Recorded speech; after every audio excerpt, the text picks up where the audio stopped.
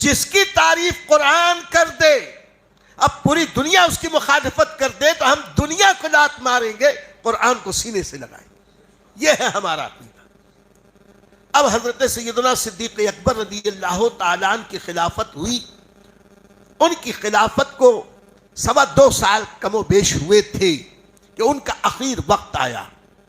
وصال کا وقت قریب آیا، تو حضرت صدیق اکبر نے صاحب رائے صحابہ کو بلایا، اور صاحب رائے صحابہ کو بلا کر ان سے مشورہ لیا، اور سب سے اکیلے میں ایک ایک کے ساتھ بھی اور پھر ایک ساتھ بڑی میٹنگ کر کے بھی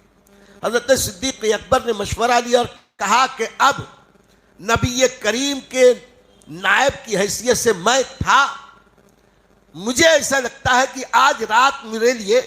آخری رات ہے، اب میں زیادہ دیر نہ رک پاؤں گا، اس لیے میں نے اس معاملے میں غور کیا کہ میں جاتے جاتے پوری امت کی قیادت کس کے ہاتھ میں دوں، اور میرے ذہن نے، میرے علم نے، میرے فہم نے مجھے یہ ترغیب دی ہے کہ میں اپنے بعد تم سارے مسلمانوں کا امیر عمر ابن خطاب کو بنا دوں، تمہارا کیا مشورہ ہے؟ تو جتنے صاحب رائے صحابہ تھے ان سارے صحابہ نے حضرت سیدنا صدیق اکبر کی رائے سے اتفاق کیا اور کہا کہ یقیناً آپ کے بعد پوری امت میں سب سے بڑا دین کا عالم اگر کوئی ہے تو عمر بن خطاب ہے، اور سب سے زیادہ دیندار، پرہیزگار، علم پر عمل کرنے والے اگر کوئی ہے تو عمر بن خطاب ہے، اور سب سے زیادہ نبی سے محبت کرنے والے اور دین کے معاملے میں غیرت کرنے والے اگر کوئی ہے تو اس وقت امت میں آپ کے بعد فاروق اعظم سے بڑھ کر کوئی نہیں۔ آپ کا یہ جو فیصلہ ہے کہ آپ کے بعد نبی کی جانشینی عمر بن خطاب کو دی جائے، ہم اس کی تائید کرتے ہیں۔ تو حضرت سیدنا صدیق اکبر رضی اللہ تعالیٰ عنہ نے فوراً یہ کہا کہ اب میں اپنی خلافت سے استعفیٰ دیتا ہوں، صرف اس لیے کہ ایک ہی وقت میں 2 امیر کی بیعت نہیں ہو سکتی۔ فوراً خلافت سے دستبرداری کا اعلان کیا اور کہا کہ عمر کے ہاتھ پہ بیعت کرو۔ جتنے مسلمان تھے ان سب نے حضرت فاروق اعظم کے ہاتھ پہ بیعت کی، اب پھر جب 10 سال سے زیادہ حضرت فاروق اعظم نے تخت خلافت پر متمکن رہ کر اسلام کی، قرآن کی، دین کی اور اسلامی مملکت کی خدمت کی، اسلامی اصولوں پر حکومت چلائی، نظام مصطفیٰ قائم کیا، عدل و انصاف کا وہ پیکر کہ بھیڑیا اور بکری، شیر اور بکری ایک گھاٹ سے پانی پینے لگے، اور پھر جب ان کی شہادت کا وقت آیا، شہید کیا گیا، اب عنقریب 1-2 روز میں ان کا وصال ہونے والا ہے،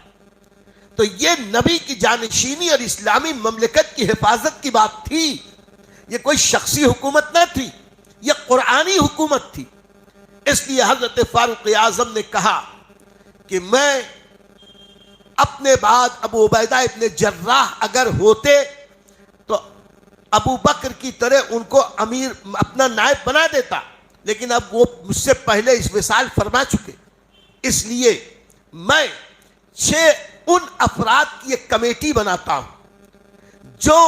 اتنے عظمت والے، اتنے نیک و پرہیزگار ہیں کہ نبی کریم صلی اللہ علیہ وسلم اپنے وصال اقدس کے وقت تک ان سب سے خوش تھے اور راضی تھے، اور انہوں نے عشرہ مبشرہ کے جو 4 افراد باقی تھے، 5،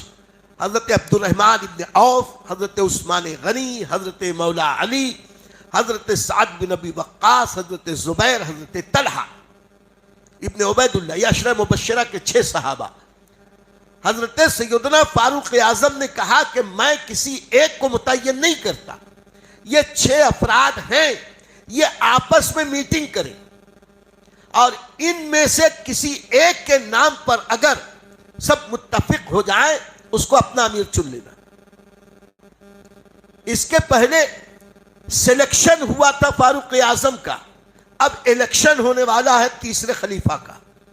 یعنی اسلام نے خلافت کے قیام کے لیے کوئی خاص وضع متعین نہیں کی، بس یہ طے کر دیا کہ نبی کا نائب وہ ہوگا جو علم دین میں، تقوی میں، پرہیزگاری میں، عشق رسالت پناہی میں سب سے عظیم۔ اب رشتہ داری نہ دیکھی جائے، حضرت صدیق اکبر نبی کریم کے خاندان کے نہیں تھے، صدیق اکبر نے فاروق اعظم کو اپنا نائب بنایا، فاروق اعظم صدیق اکبر کے نائب خاندان کے نہیں تھے، حالانکہ صدیق اکبر کے بیٹے، کئی بیٹے اور پوتے موجود تھے، اپنے بیٹوں کو نہیں بنایا، فاروق اعظم کو بنایا۔ اب فاروق اعظم نے جب 6 آدمیوں کی کمیٹی بنائی تو اس میں یہ کہا کہ 6 آدمی اگر 3 ایک طرف 3 ایک طرف ہو گئے تو اس میں پھر مشکل آئے گی، تو میں اس کمیٹی میں ووٹ دینے کا حق رکھنے کے لیے اپنے بیٹے عبداللہ ابن عمر کو بھی شامل کرتا ہوں، وہ ہے اس حیثیت کا، اس لائق، لیکن اس شرط کے ساتھ کہ تم سب طے کر لینا کہ خلافت میرے بیٹے کو نہ دی جائے۔ اب اس سے زیادہ دینداری اور تقوی سیاری کیا ہوگی؟ میرے بیٹے کو نہیں دینا، ان کو دینا۔ اب پھر وہ ایک الگ تفصیل ہے جب انشاءاللہ وہ عثمان غنی کی سیرت کا وہ وقت آئے گا، انشاءاللہ میں تفصیل سے عرض کروں گا کہ حضرت عثمان غنی کی خلافت پر مسلمان کیسے مجتمع ہوئے۔ حضرت عثمان غنی کو ان 7 افراد نے مل کر خلیفہ اسلام یا نبی کا جانشین، نبی کا خلیفہ متعین کیا۔ پھر جب حضرت عثمان غنی کی شہادت ہوئی تو حضرت عثمان غنی کی شہادت کے بعد حالات کچھ ایسے ہو گئے تھے کہ بڑی عمر کے عظیم صحابہ رخصت ہو گئے، اب نئی عمر کے لوگ تھے، کچھ تابعین بھی تھے، اور اس وقت شہادت عثمان غنی رضی اللہ تعالیٰ عنہ کی وجہ سے مدینے میں ایک ہنگامی کیفیت تھی۔ ایسے وقت میں نبی کا نائب کسے بنایا جائے؟ حضرت طلحہ ابن عبید اللہ تھے، حضرت زبیر ابن عوام تھے، خلفائے راشدین میں تھے، ان سے کچھ لوگوں نے کہا، ان لوگوں نے انکار کر دیا، ہم نہیں بنتے، ہم یہ ذمہ داری اٹھانے کے لائق نہیں۔ حضرت علی سے کہا گیا، یقین جانو کہ اس وقت عثمان غنی کی شہادت کے بعد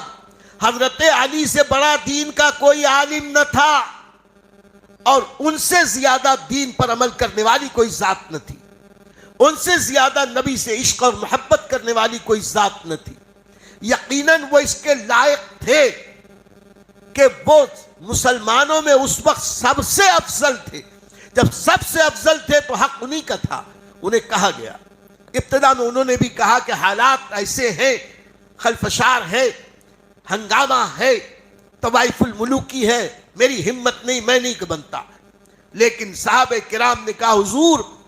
نبی کی اس امت کو کس کے حوالے کیا جائے گا؟ نبی کی اس وراثت کو، اس حکومت کو کس کے حوالے کیا جائے گا؟ امت کو یوں ہی بے سہارا تو نہیں چھوڑا جا سکتا تھا۔ اس مجبوری کے تحت حضرت سیدنا علی مرتضی رضی اللہ تعالیٰ نے خلافت کو قبول کیا۔ اسے آپ ایک لائک دے دیجئے، ایک لائک کا ایک نشان ہوتا ہے نیچے کی طرف، تو جب آپ لائک کریں گے تو یوٹیوب جو ہے اور آگے اس بیان کو فارورڈ کرتا ہے، جو پوری دنیا میں الحمدللہ پوری دنیا کے مسلمان اس پروگرام کو دیکھ رہے ہیں، تو آپ چاہتے ہیں کہ اس عظیم نیکی میں آپ شریک ہو۔ حضور خطیب برقاقی، خلیفہ محدث کبیر حضرت علامہ وقار احمد رضوی صاحب قبلہ کے ملفوظات سے ہم ہمارے قلوب کو منور کر رہے ہیں، تو ان سنہری باتوں کو، ان قیمتی باتوں کو پوری دنیا میں پہنچانے کے لیے آپ ہماری مدد کریں۔ آپ لائک ضرور کریں اور کمنٹ کریں گے تو اور بھی زیادہ بہتر بات ہوگی، تاکہ دنیا کے اور بھی دوسرے ہمارے جو اسلامی بھائی مسلمان ہیں ان تک یہ پروگرام پہنچے۔ تو صرف کچھ نہیں تو کم سے کم آپ ایک لائک